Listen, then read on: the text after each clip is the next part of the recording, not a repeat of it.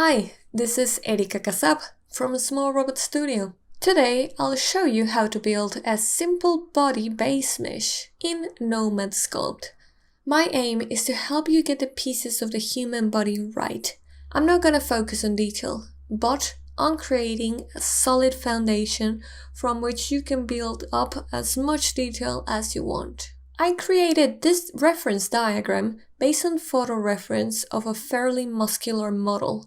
But keep in mind that this method can be adapted to different body types and levels of stylization. So let's get started. In a new scene in Nomad, I'm gonna go up here at the background menu, go down into reference image, and if you haven't yet, you can import any image using this plus icon. I want to make sure that I keep the overlay somewhat high so I can see through my base mesh. It's up to you how you want to position this. If you are wondering why I am missing arms and legs, it's mostly because the space of the iPad can be limited, so I did this to save space. Now we have our base sphere, so I'm gonna go into the multi-resolution levels. And to make this even clearer down here, let's tap where it says wire so we can see the topology from which this sphere is made of. And I'm gonna bring this slider down. I'm gonna be using this quite a lot, so make sure that you pay attention where this is. Lower this. You can see that we have less resolution. This is probably good enough for what we are working on. And I'm gonna tap on delete higher to get rid of these levels. And I still have two levels from which I can move around.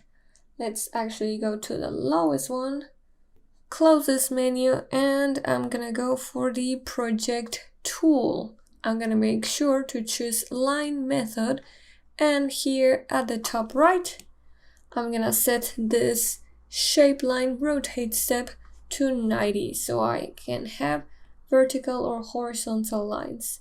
This is what I want to do. I just want to flatten down these spheres from the side. This is going to be the head of my model. I'm going to make this small and move it to fit. Because we are lining things up with our reference, we want to make sure that perspective is not active. Now I'm going to go here at the top on this camera menu, and I'm going to tap on add view and save it as front. This way it doesn't matter if I'm zooming in, if I am adding more volume, moving around. Whenever I open this camera menu again and tap on front, it's gonna go back where I was. I'm gonna do the same once I have a few more pieces to align it with the rest of my image. Now I'm gonna look at this from a side view.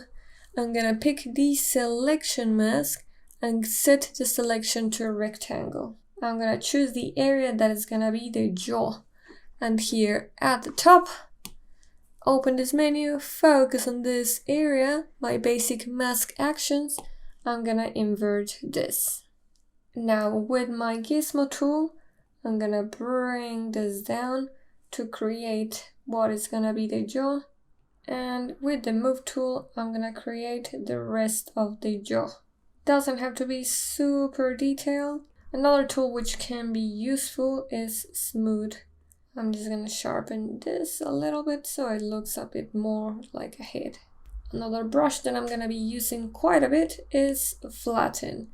Like its name says, it's gonna let me flatten surfaces. Keep them clean. Once you are done with this, go back to your mask. So you can open again these menus. These menus change depending on the tool that I have chosen. They are contextual. And we're going to tap on clear. We can realign this, and I can adjust this based on the reference so the proportion matches. I'm not going to go super detailed in the shapes of the head. I'm simply depicting what is going to be the skull and the jaw.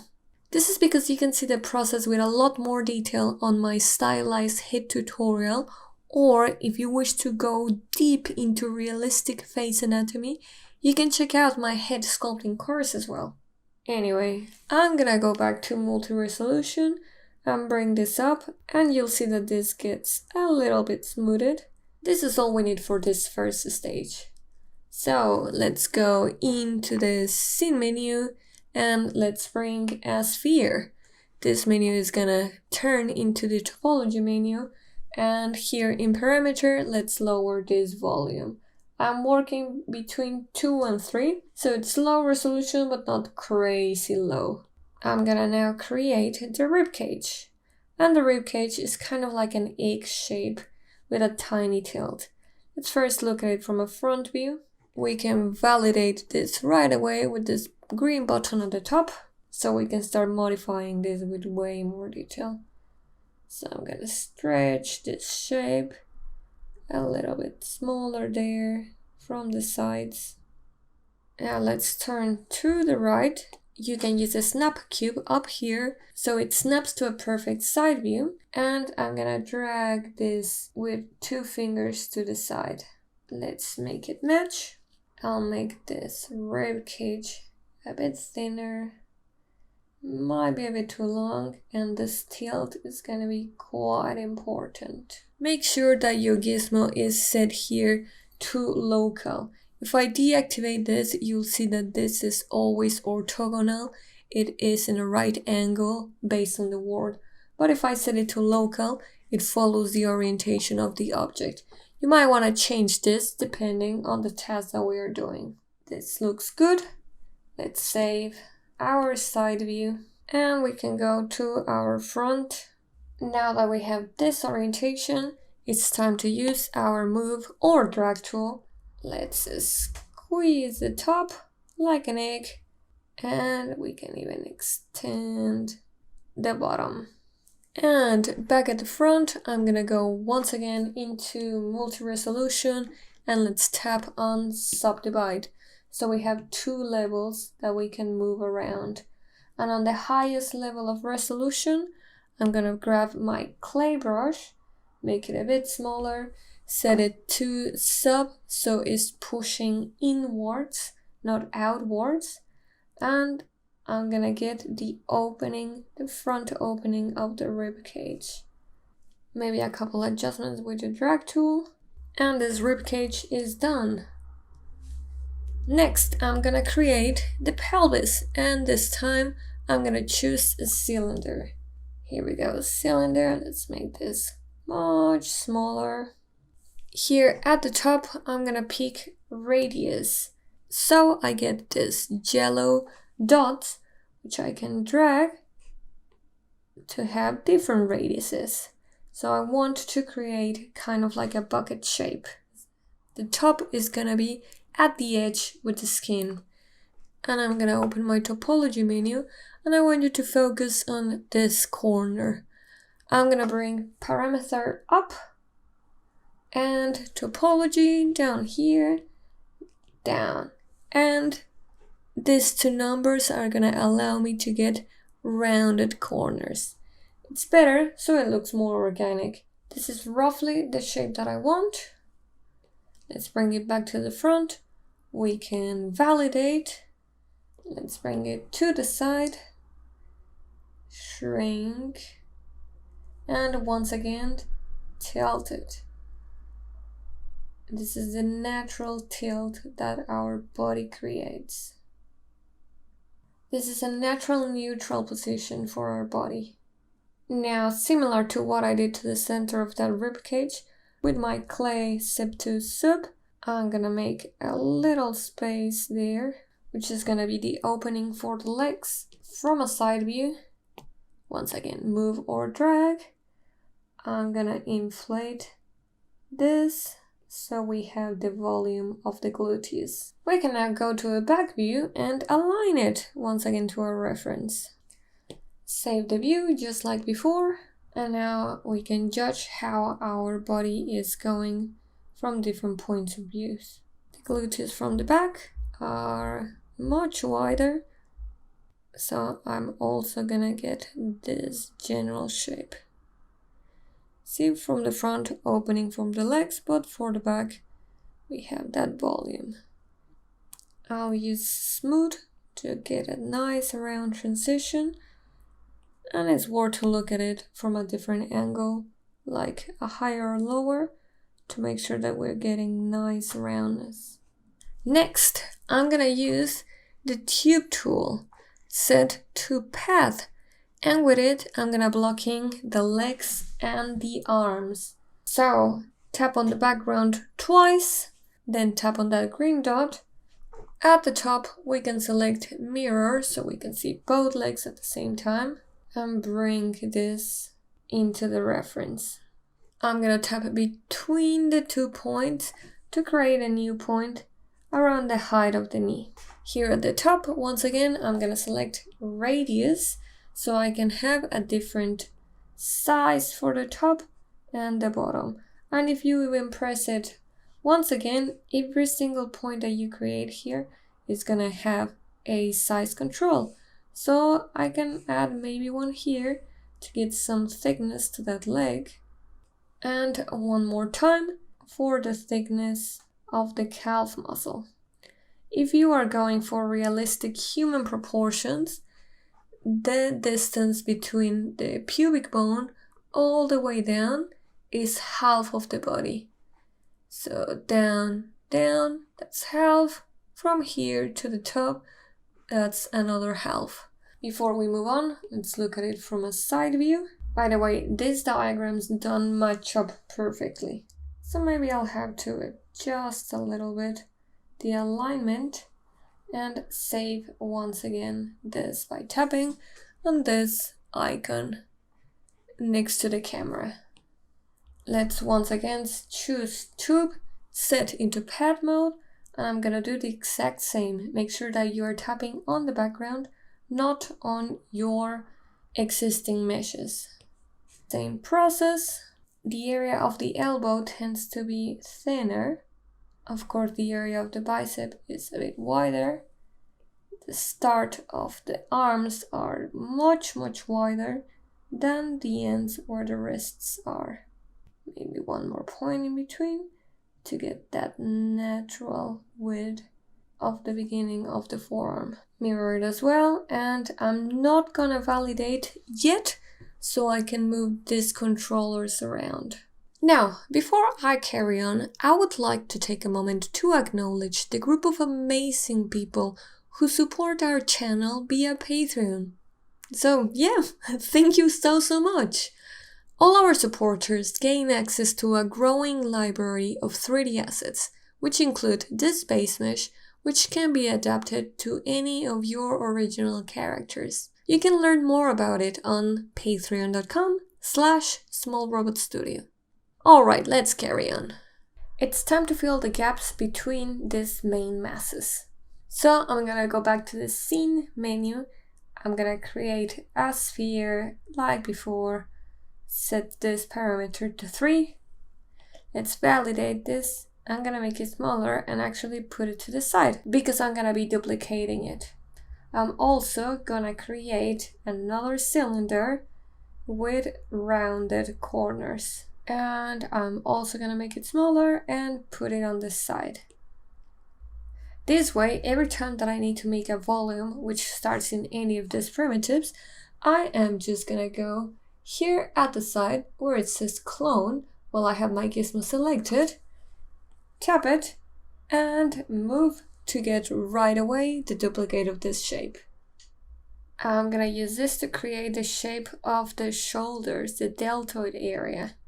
And because we start to have a lot of volumes overlapping with each other, it's gonna be useful to use this feature down here, lock, so it doesn't matter where I tap in the screen, I'm only gonna be modifying this one shape.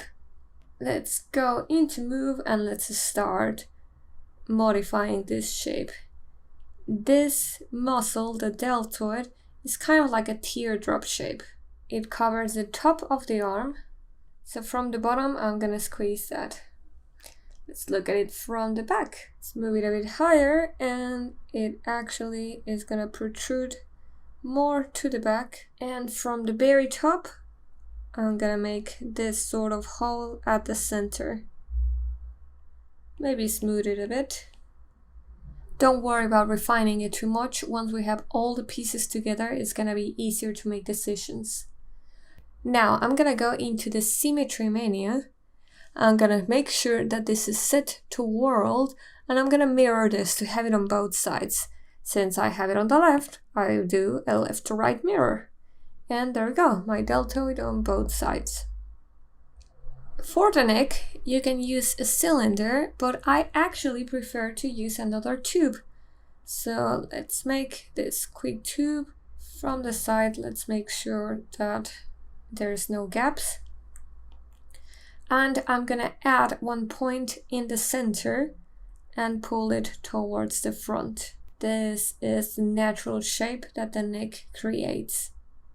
Maybe a bit thinner. What you need to look for is this natural S-curve created by the back of the head and the origin of the neck. This is why we're gonna make sure that it is slightly pointing towards the front. Let's go into a back view. Duplicate this sphere once again. Let's bring it at the height of the shoulders. I'm gonna squash it a bit like this. Remember these indentations that we created for the shoulders? Well, that is where this is gonna insert. I'm gonna modify this shape so it looks like kind of like a triangle that is hugging the figure from the back. And with my flatten tool, I'm gonna indeed flatten the back and match the silhouette that we have from the reference. So these two meshes fit like two puzzle pieces. If your character is a female like mine, then we'll have to create breasts. Once again, let's clone this base sphere, put it kind of in location where it goes. So from the side, don't forget to lock this down here so we're not accidentally selecting other meshes. And for the breasts, I need to bring this up. I need to make it like a teardrop shape. If you're going for realistic proportions, make sure that you don't put the breasts starting at the center of the ribcage, because that does not make sense. There's a natural gap between them. I'm just twisting that teardrop so it's closer to the shoulder there. And a very important step here is to use your flatten tool to flatten the top. Think of it as a water balloon that's stretching because of gravity. The top part of the balloon does not have the water because the water is all the way to the bottom. So the volume has to follow this rule. And like before, I'm gonna mirror this left to right. There we go. We can of course make more modifications as long as symmetry is activated. I can move from one side and the other one is gonna follow. Alright, now I'm gonna pick my cylinder. Don't forget to unlock this, otherwise you'll be tapping on things and the program is not gonna respond. Let's make a clone. And let's feel the center of the abdomen. Side view, and like before, there's a natural tilt there. Taller, a little bit thinner, because we're still missing the abs and the latissimus muscle on the back. By the way, you don't have to worry about muscle names. What matters is that you understand the shapes.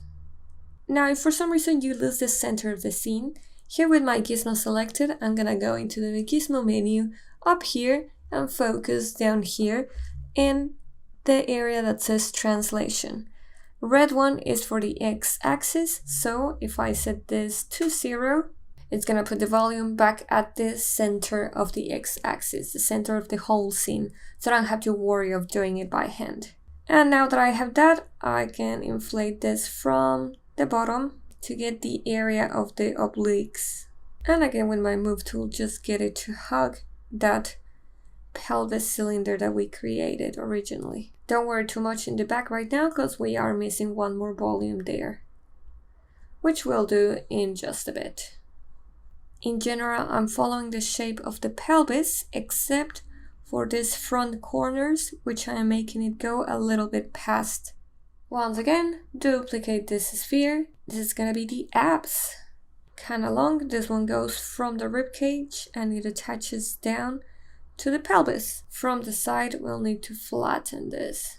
This shape gets a little bit thinner at the height of the belly button. and then rounds up again at the bottom.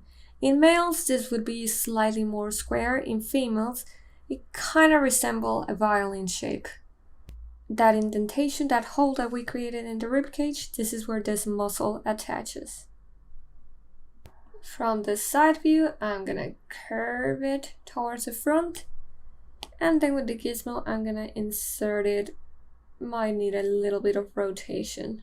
And just try to avoid getting unnatural gaps like we see over here. It's probably a good idea to fill this up with that center cylinder. The cleaner our shapes are at this stage, the less work that we will have to do later. Cool, we're almost done. Let's go to the back. Now I'm gonna create a new cylinder. You might be wondering, why don't I just duplicate the one that I have already? Well, the problem is that I validated it. I probably shouldn't have, because now I cannot use these settings like radius to modify its shape or sizes. So maybe keep that in mind. I am gonna use the radius to make this top wider and the bottom way thinner. I know that it looks real weird from the side. I'm gonna flatten this with the gizmo and bring it towards the back. We can validate this. This is easier to work with than our other cylinder, because now I can get this inward motion of that triangle with less work, and from the side get this nice transition. This top corner of the triangle, I'm gonna drag them towards the arm. This is a thin muscle that hugs the ribcage from the back, and it's important for that deltoid shape to be on top of it. And now that we have all the basic pieces for the torso, we can make any adjustment that you deem necessary, like maybe a more defined shape here. For the gluteus, I'm not really gonna define the butt crack because this would be a character that I would put clothes on, so there's no point in sculpting something that is gonna be invisible. All of the simplification and the choices that I am making are based on human anatomy knowledge, which I have been studying for years. It takes a while to get a hang of it. Believe me, I've done a lot of terrible human sculpts and drawing, and even though I'm someone experienced now, it doesn't mean that I don't make mistakes. If you want to get a better understanding of human anatomy, I would recommend checking out the Prokop free courses that he offers through YouTube. Let's finish up blocking out the hands and feet.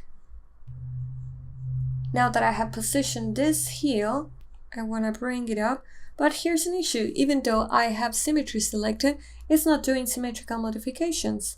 This is because my symmetry is set to follow the world, the center of the scene. If instead I choose local, then it's gonna choose the center of the object, and I can do my modifications much easier.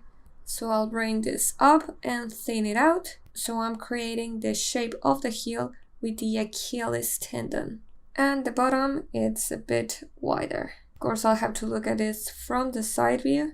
Let's get this curvature that starts in the leg and goes down.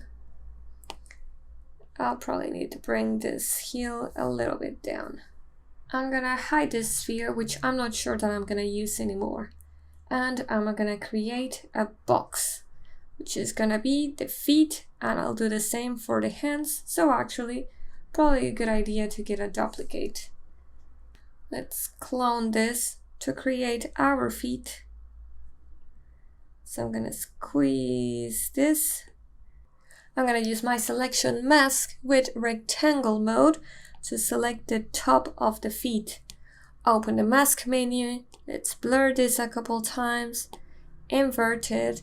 I'm gonna select my gizmo and I'm gonna squeeze this down vertically. And bring it down a bit. And still with the same selection, I'm gonna widen this. Mask again. Let's invert this mask. And here, I'm gonna thin it out a bit. That seems to work. Let's get rid of this mask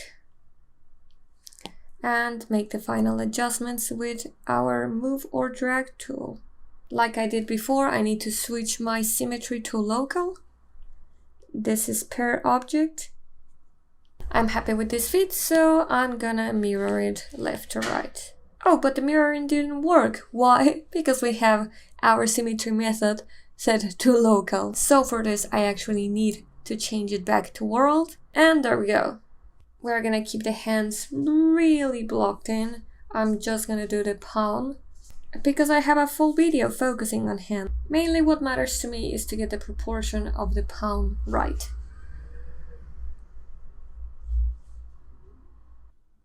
Now that we have all the pieces together, this is the final round to make adjustments.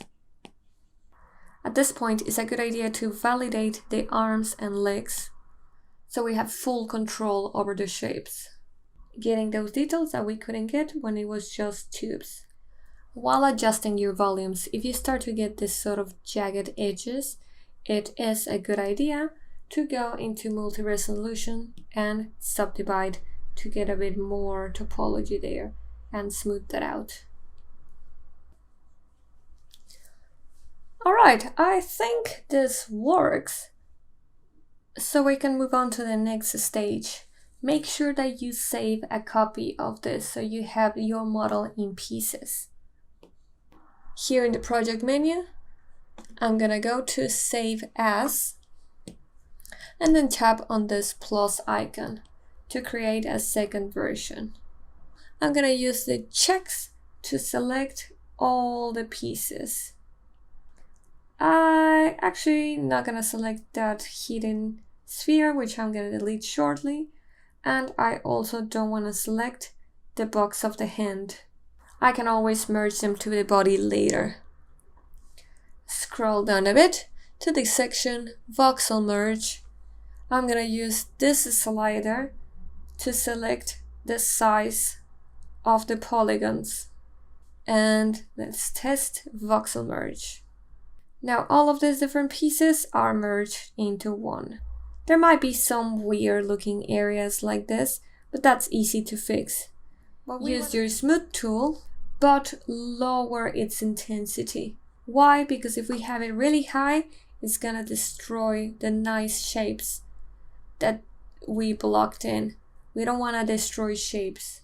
From this point on, I'll use a combination of my favorite sculpting tools to polish and add more detail. Don't forget that if you are going to add clothes and accessories to your characters, there's no point in creating extreme detail for areas that will be ultimately hidden. Take your time and make sure to look at photo reference. If this is your first time, don't expect this to be easy. Human anatomy can be quite complex and requires a lot of practice. My videos might seem straightforward, but in reality, I'm editing out a lot of mistakes. Anyway, that is enough detailing for the video, which is not about that. So that's it from me. I'll see you soon with a new video. Happy sculpting! That's it for this tutorial. If you find it useful, make sure that you leave a like so other people can find it. And if you haven't already, make sure you subscribe, as we are bringing out CG and illustration tutorials every week. Become a patron and access tutorial assets, bonus content, a private Discord, and more by clicking in the link below.